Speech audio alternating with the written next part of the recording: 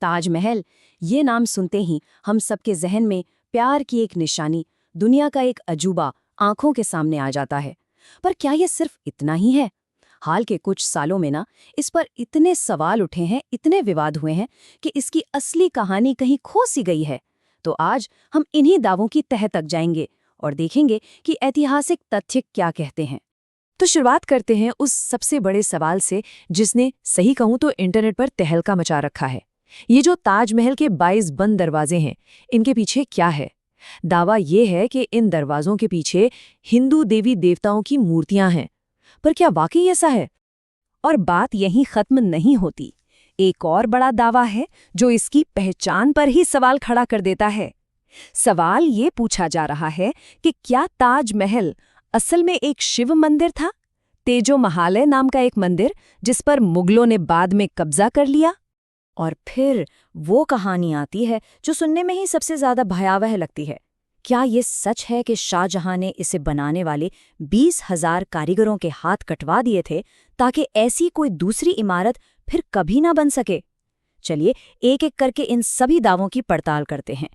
लेकिन देखिए, इन विवादों को समझने से पहले ये जरूरी है कि हम पहले वो कहानी जान लें जो इतिहास में दर्ज है, मतलब ऑफिशियल कहानी क्या है, ताकि हम दावों और हकीकत की तुलना कर सकें।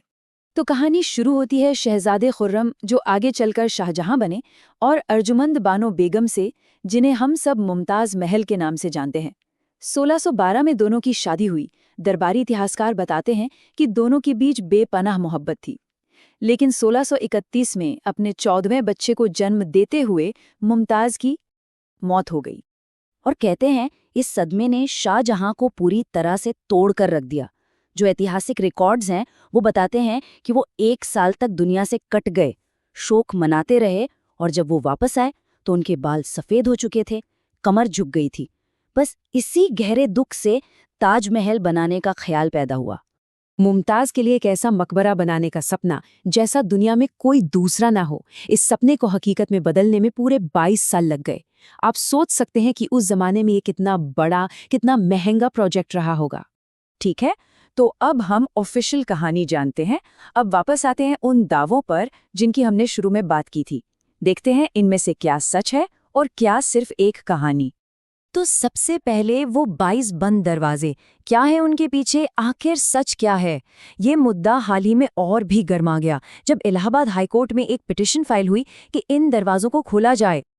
अब देखिए, दावा क्या है और हकीकत क्या है, इसमें जमीन आसमान का फर्क है। भारतीय पुरातत्व सर्वेक्षण यानी ASI साफ साफ कहता है कि जिन्हें कमरे बताया जा रहा है वो असल में कमरे हैं ही नहीं, बल्कि एक लंबा गलियारा है। और ऐसा नहीं है कि ये हमेशा बंद रहते हैं। ASI इनकी मरम्मत के लिए इन्हें खोलता रहता है और इसकी तस्वीरें भी पब्लिक में मौजूद हैं। तो फिर सवाल उठता है कि भाई, इन्हें बंद क्यों रखा गया है? वजहें काफ़ी सीधी और प्रैक्टिकल हैं। पहली बात तो ये कि ये इमारत के स्ट्रक्चर का हिस्सा हैं, कोई घूमने फिरने की गैलरी नहीं। इन्हें खोलने का मतलब है बेवजह की भीड़ और इमारत को नुकसान। और हाँ, ये कोई नई बात नहीं है। दिल्ली में हुमायूं का मकबरा हो या सफदरजंग का, वहाँ भी ऐसे हिस्से हैं जो बंद ही रखे जाते हैं। और जब ये मामला 2022 में कोर्ट तक गया भी, तो इलाहाबाद हाईकोर्ट ने पिटीशन को खारिज करते हुए कहा कि ये सब इतिहासकारों का काम है, कोर्ट का नहीं। चलिए अब आते हैं दूसरे बड़े दावे पर। क्या ताजमहल एक शिव मंदिर था, तेजो महालय? इस दावे के जवाब में ना हमें सीधे ऐतिहासिक दस्तावेज देखने होंगे। रिकॉर्ड्स क्या कहते हैं? जिस जमीन पर आज ताजमहल खड़ा है वो जयपुर के राजा जयसिंह की मिल्कियत थी। एक हवेली थी वहां। मुगलों के साथ उनके रिश्ते अच्छे थे तो उन्होंने ये जमीन मकबरे के लिए दे दी। लेकिन बात यहीं खत्म नहीं हुई। शाहजहां ने इसे मुफ्त में नहीं लिया। इसके बदले में राजा जयसिंह को 4 दूसरी हवेलियां दी गईं। और ये कोई कहानी नहीं है। इस पूरे लेन देन का ऑफिशियल फरमान आज भी मौजूद है, जिसमें सब कुछ साफ साफ लिखा है। तो देखिए, मुद्दे की बात यह है कि तेजो महालय नाम का जिक्र 13वीं सदी के किसी भी दस्तावेज में नहीं मिलता। दूसरी तरफ मुगल इतिहासकारों ने ताज को बनाने की पूरी कहानी एक एक डिटेल के साथ लिखी है। और तो और 2015 में सरकार ने संसद में और 2017 में ASI ने, दोनों ने ऑफिशियली ये माना है कि इसके मंदिर होने का कोई सबूत नहीं है। और अब बारी है उस सबसे दर्दनाक कहानी की। क्या सच में शाहजहां ने 20,000 मजदूरों के हाथ कटवा दिए थे? ये एक ऐसी कहानी है जो हम सब ने शायद कभी ना कभी सुनी होगी, लेकिन सच ये है कि इस दावे का कोई भी मतलब जरा सा भी ऐतिहासिक आधार नहीं है।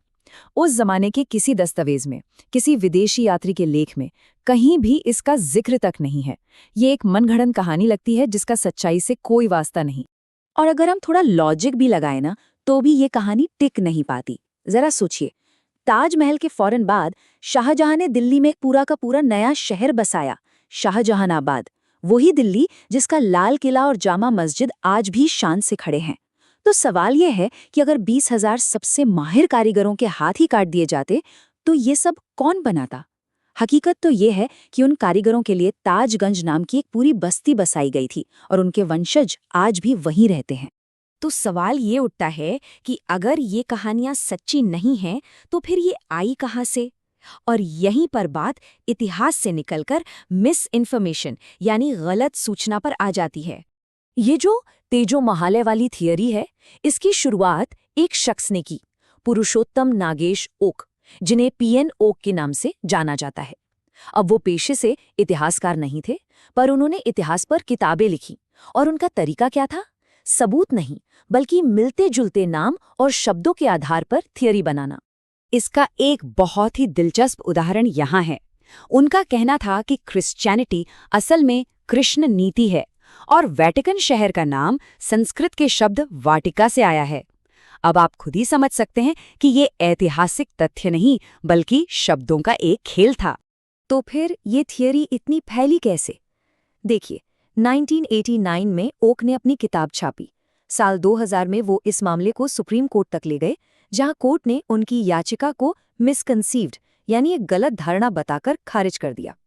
लेकिन फिर आया 2010 का दशक, सोशल मीडिया और व्हाट्सएप का जमाना, और देखते ही देखते उनकी ये थियरीज व्हाट्सएप यूनिवर्सिटी के फॉरवर्ड्स बनकर वायरल हो गईं।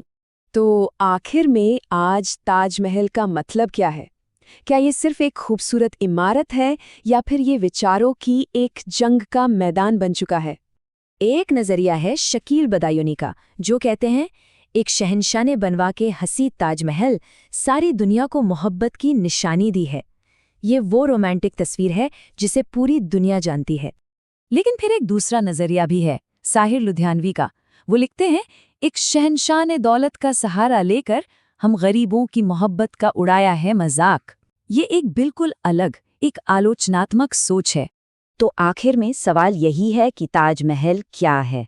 मोहब्बत की एक अमर निशानी, या फिर आज के दौर में इतिहास और झूठी खबरों की लड़ाई का एक जीता जागता सबक? शायद इसका जवाब इस बात में छिपा है कि हम तथ्यों को कहानियों से ऊपर रखते हैं या नहीं। नमस्कार। अच्छा, क्या टाइम ट्रैवल मुमकिन है? साइंस तो हाँ में ही जवाब देता है, पर सवाल ये है कि क्या किसी ने सच में इसे एक्सपीरियंस किया है? आज हम कुछ ऐसी ही जबरदस्त कहानियों को खंगालने वाले हैं, ऐसी कहानियां जो सुनने में बिल्कुल सच लगती हैं। तो चलिए साथ मिलकर समय का ये पर्दा हटाते हैं और देखते हैं कि इसके पीछे सच क्या है और फसाना क्या। और देखिए, ये सिर्फ कोई किताबी थ्योरी नहीं है, साइंटिस्ट्स ने इसे साबित भी करके दिखाया है। उन्होंने क्या किया कि एक घड़ी को एक सुपरफास्ट हवाई जहाज पर रखा और दूसरी को जमीन पर। और जब वो जहाज वापस आया ना, तो जहाज वाली घड़ी जमीन वाली घड़ी से जरा सा, मतलब बहुत ही मामूली सा, पर पीछे थी। हमारी रोज की जिंदगी में तो इसका कोई असर नहीं दिखता, पर यह बात तो पक्की हो गई कि टाइम कोई सीधी लकीर नहीं है, उसे सच में मोड़ा जा सकता है। तो थ्योरी तो अपनी जगह ठीक है, पर असली सवाल तो यह है कि क्या किसी इंसान ने सच में टाइम ट्रैवल किया है? बस यहीं से मामला एकदम दिलचस्प हो जाता है।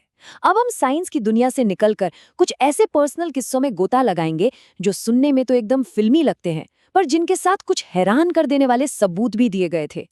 चलिए पहली कहानी के लिए सीधे चलते हैं साल 2006 में, यूक्रेन के कीव शहर। जरा सोचिए, सड़कों पर अचानक एक आदमी मिलता है, अजीब पुराने जमाने के कपड़े पहने हुए, और वो एकदम घबराया हुआ सा, हैरान परेशान लग रहा है। और जानते हैं उसने क्या दावा किया? कि वो सोवियत संघ के जमाने से आया है। तो कहानी कुछ ऐसी है, सर्गेई साल 1958 में बस एक तस्वीर खींच रहा होता है और अगले ही पल बूम, वो खुद को 2006 में पाता है। जाहिर है पुलिस उसे पकड़कर एक साइकियाट्रिक क्लिनिक ले जाती है, और फिर वो एक बंद कमरे से हवा में जैसे गायब हो जाता है ना एकदम किसी साइंस फिक्शन फिल्म जैसी कहानी। तो पुलिस ने जब उससे पूछताछ शुरू की तो उसने अपनी जेब से एक आईडी कार्ड निकाला। अब मजे की बात यह थी कि ये कार्ड सोवियत संघ का था, एक ऐसा देश जो 1991 में दुनिया के नक्शे से मिट चुका था। पहली नजर में तो लगा कि वाह, ये तो पक्का सबूत है। पर जब उस सबूत की ठीक से जांच पड़ताल हुई तो कहानी में झोल नजर आने लगे। देखिए, आईडी कार्ड पर बर्थ डेट थी 1932, मतलब उस हिसाब से तो उसे 74 साल का होना चाहिए था, पर वो तो 30 का भी नहीं लग रहा था। और तो और कार्ड में कई छोटी छोटी फॉर्मेटिंग की गलतियां थीं, ऐसी गलतियां जो किसी असली सरकारी दस्तावेज में हो ही नहीं सकती। अच्छा, सर्गे के पास सिर्फ आईडी नहीं थी, एक पुराना कैमरा भी था। और जब उसकी फिल्म को डेवलप किया गया तो उसमें से निकली 1950s के दशक के कीव की तस्वीरें। एक फोटो में वो अपनी मंगेतर वैलेंटीना के साथ था और एक तस्वीर उस अजीब सी घंटी जैसी चीज की भी थी जिसे वो यूएफओ बता रहा था। लेकिन यहाँ भी एक बहुत बड़ा धोखा छिपा था। तस्वीरों में से एक फोटो के बारे में उसने कहा कि ये साल 2050 के कीव की है, पर जब उसे एनालाइज किया गया तो पता चला कि ये तो फोटोशॉप का कमाल है। जो भविष्य की इमारतें दिख रही थीं वो असल में आज की ही बिल्डिंग्स को कॉपी पेस्ट करके बनाई गई थीं। बस इस एक बात ने पूरी कहानी पर शक का गहरा साया डाल दिया। अब आता है कहानी का सबसे ड्रामेटिक हिस्सा, सर्गेई का गायब हो जाना। सीसीटीवी में साफ साफ दिखा कि वो अपने कमरे में जा रहा है, लेकिन उसके बाद वो कभी बाहर नहीं आया। और कमरा, दरवाजा अंदर से बंद, खिड़कियों पर सलाखें, मतलब निकलने का कोई रास्ता नहीं था। और आखिर में सबसे बड़ा खुलासा हुआ, वो सीसीटीवी फुटेज वो भी नकली था। दरअसल वो यूक्रेन के एक टीवी शो एलियंस के लिए शूट किया गया एक सीन था। यहाँ तक कि फुटेज पर तारीख भी गलत थी। 23 अप्रैल 2006 को बुधवार नहीं बल्कि रविवार था। तो मतलब साफ था, सर्गेई की ये पूरी कहानी शुरू से आखिर तक एक मनगढ़ंत किस्सा थी। चलिए, सर्गेई की कहानी तो एक धोखा निकली, लेकिन टाइम ट्रैवल की हर कहानी को इतनी आसानी से नकारा नहीं जा सकता। अब जो अगली कहानी है वो है रॉयल एयरफोर्स के एक बहुत ही इज्जतदार पायलट सर रॉबर्ट विक्टर गॉडेट की, और उन्होंने 1935 में जो अनुभव किया उसे टाइम स्लिप कहा जाता है। टाइम स्लिप मतलब एक ऐसा पल जब कोई अचानक अनजाने में भविष्य या अतीत का कोई सीन देख ले। हुआ ये कि 1935 में गोडार्ड स्कॉटलैंड के एक बिल्कुल वीरान पुराने एयरफील्ड के ऊपर से गुजर रहे थे। तभी अचानक उनका प्लेन एक तूफान में फंस गया, और जब वो तूफान से बाहर निकले तो उन्होंने नीचे जो देखा वो हैरान करने वाला था। वही वीरान एयरफील्ड अब एकदम चालू हालत में था।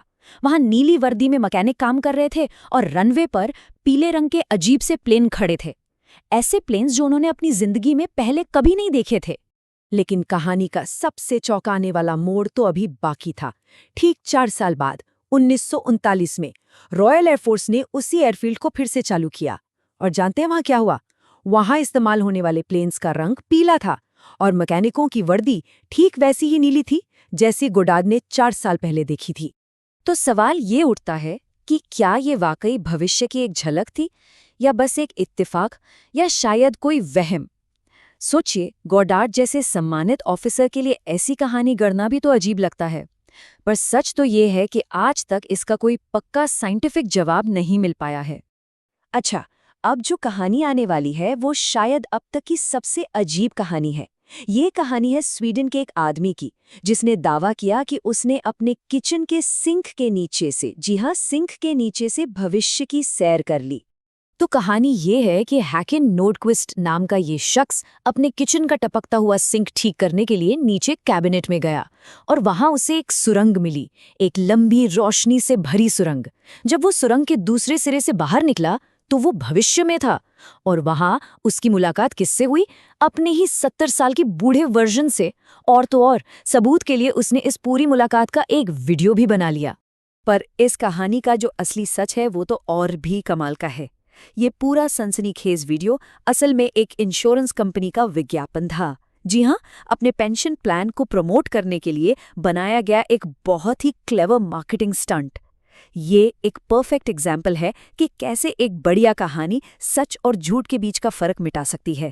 तो हमने देखा कि इन सभी कहानियों के जो सबूत थे वो या तो झूठे निकले या फिर उनका कोई और ही मतलब था। सर्गेई की कहानी एक टीवी शो थी, हांकन की कहानी एक एड। तो फिर सवाल ये उठता है कि ऐसी कहानियां हमें इतना खींचती क्यों हैं? हम इन पर यकीन करना ही क्यों चाहते हैं?